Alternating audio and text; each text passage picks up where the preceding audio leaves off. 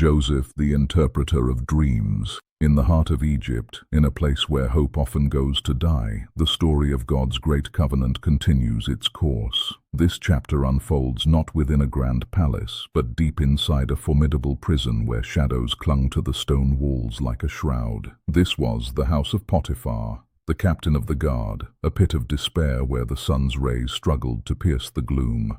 Yet, even in this profound darkness, the brilliant light of God's divine purpose remained completely undimmed, focused intently on one man, Joseph. He who had been unjustly cast into this pit by a terrible lie, moved with a quiet dignity that could not be contained. His unwavering integrity eventually earned him the complete trust of the prison keeper, who saw the Spirit of God upon him. Sometime after these things had transpired, the great and unassailable authority of Pharaoh, the ruler of all Egypt, was grievously offended. Two of his most trusted and high-ranking servants, the chief cupbearer and the chief baker, had somehow managed to displease their king.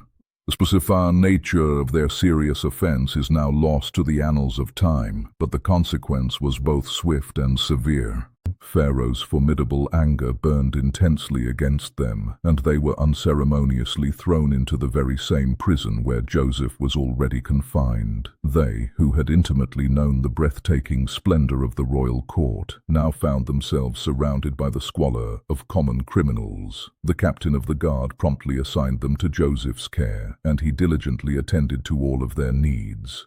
The long and monotonous days slowly bled into weeks, stretching into an eternity for the two disgraced officials accustomed to luxury. The harsh reality of their dramatic fall from grace settled heavily upon them like the thick dust that covered everything in their cell. They grew gaunt and weary, the memory of fine wines and breads a distant, painful echo in their minds. One particular morning, Joseph came to them as part of his daily duties and saw that they were exceptionally dejected and downcast. Their faces were deeply clouded with a profound and troubled sadness that clearly went far beyond their mere physical confinement in the prison. With the divine compassion that God had cultivated in his heart, Joseph decided to speak to them with great gentleness. "Why do your faces look so incredibly sad today?" he asked, his calm and gentle voice a stark contrast to the harsh echoes of the prison. The chief cupbearer, his weary eyes fixed upon the dusty floor, was the first one to answer Joseph's compassionate inquiry. "We both had powerful dreams last night," he said, his voice a low and troubled murmur that was barely audible. The chief baker, equally distressed, nodded his head in solemn and complete agreement with his companion's sorrowful statement. "But there is no one here to interpret them for us," the cupbearer continued, expressing the core of their shared despair. In their world, dreams were not mere phantoms of the night. They were considered to be windows into the divine realm. To be given such a significant dream without a skilled interpreter was to be handed a locked box without its essential key. Joseph looked intently at the two crestfallen men, seeing in their deep despair an opportunity not for himself, but for his God. A quiet, supernatural confidence settled over him, a certainty that did not originate from his own limited wisdom or experience. "Do not interpretations belong to God?" he stated with conviction, not as a mere question, but as a profound and unshakable truth. It was a bold declaration of his unwavering faith in a completely faithless and forgotten place, a testament to his relationship with the Almighty. "Tell me your dreams," he urged them, his voice filled with both compassion and a divine authority that was palpable.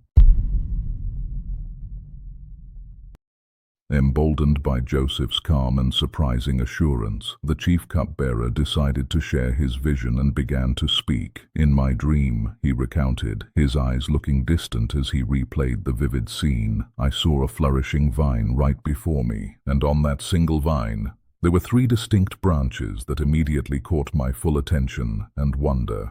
As I continued to watch this amazing sight, the vine budded, it blossomed, and its clusters miraculously ripened into perfect grapes. Pharaoh's royal cup was suddenly in my hand, and I carefully took the grapes, squeezing them directly into Pharaoh's cup. I then respectfully placed the cup back into my master's hand, just as I had done so many times before.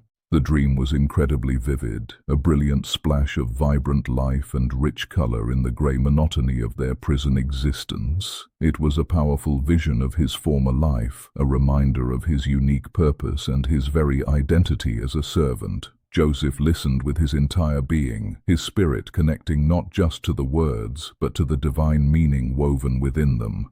When the cupbearer finally finished his detailed account, Joseph did not hesitate for even a single moment to respond. The interpretation was already perfectly clear in his mind, a direct gift from the one true God he faithfully served. "This is what it means," Joseph said with confidence, his voice remaining steady and filled with a profound sense of certainty. "Deikum.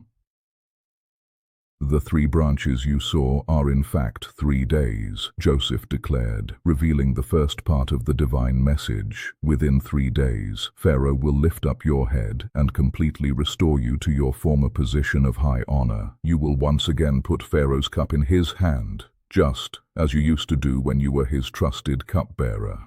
A tremendous wave of immense relief washed over the cupbearer, and he saw a vision of the palace and tasted freedom. As this powerful wave of pure joy crested, Joseph made a simple and heartfelt plea, his voice filled with a quiet longing. "But when all goes well with you, please remember me and show me kindness by mentioning me to Pharaoh," he requested humbly.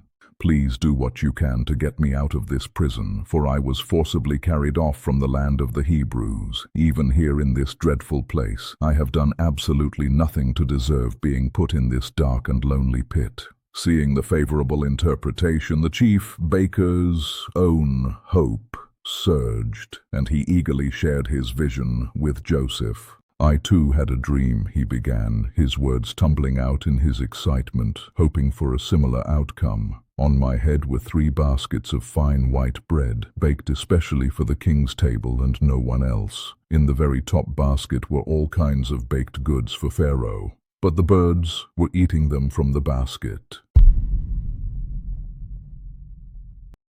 Joseph's entire expression shifted dramatically, the light in his eyes dimming, replaced by a somber and unavoidable gravity. The divine interpretation that came to him was not one of life, but one of a swift and terrible death. He knew he could not soften the blow or hide the truth, for he was a conduit for God's unvarnished revelation. "This is what it means," he said, his voice low and heavy with the message's terrible weight. "The 3 baskets are 3 days. Within 3 days, Pharaoh will lift up your head. From off you, he will hang you on a tree." The baker recoiled as if he had been physically struck, his face draining of all color and hope. "And the birds will eat away your flesh," Joseph concluded, the final words sealing the baker's grim and inescapable fate. 3 days later, the interpretations unfolded with chilling and absolute precision on the day of Pharaoh's grand birthday celebration. In the midst of the feasting and royal decrees, Pharaoh suddenly remembered his 2 long-imprisoned officials and rendered his judgment. Just as Joseph had clearly foretold from the depths of the prison, the chief cupbearer was fully restored to his position. He once again stood in the gilded hall, placing the royal cup into Pharaoh's hand, his own good fortune secured. And the chief baker, he too was remembered by the king, but his fate was a stark and terrible warning to all. He was taken from the prison, and as Joseph had declared, he was hanged, the word of God proving to be absolute truth. Back in the prison, life returned to its bleak and unchanging rhythm, with the sun rising and setting on Joseph's confinement. He waited patiently, looking towards the palace for a summons that would never arrive, for a promise that was not kept. The chief cupbearer, now secure in his restored position, did not remember Joseph, his promise forgotten in the light of his own fortune. The memory of the kind Hebrew who had given him hope was buried under the endless concerns of his own life. Joseph, the man who held the keys to divine secrets, was left to languish, seemingly forgotten by both man and God. Yet he was not truly forgotten. For every moment Joseph spent in that pit, his character was being forged and refined. Though the cupbearer forgot his promise, the God of the covenant never forgets his own, and was preparing his servant. In the silence and the waiting, God was at work, positioning Joseph for a time when all of Egypt would need him.